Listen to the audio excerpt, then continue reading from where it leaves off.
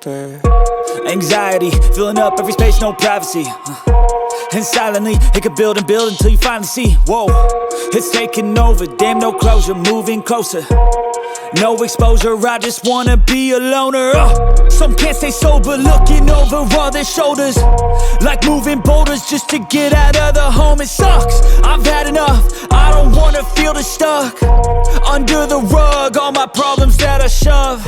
I got nightmares in my head, I fear that the thoughts build up until I can't hear, that my mind fills up into a creature, and it haunts me somewhere much deeper.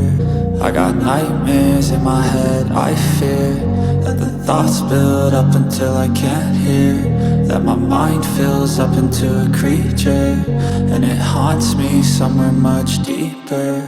I've been feeling weird, I can't seem to focus good enough. Nothing's really clear, sometimes it could be a little tough. I just need to feel like the end's in sight for me, but let's be really real, anxiety can foggy all this stuff. I've been feeling weird, I can't seem to focus good enough. Nothing's really clear, sometimes it could be a little tough. I just need to feel like the end's in sight for me, but let's be really real, anxiety can foggy all this stuff. It sucks when you finally feel like giving up.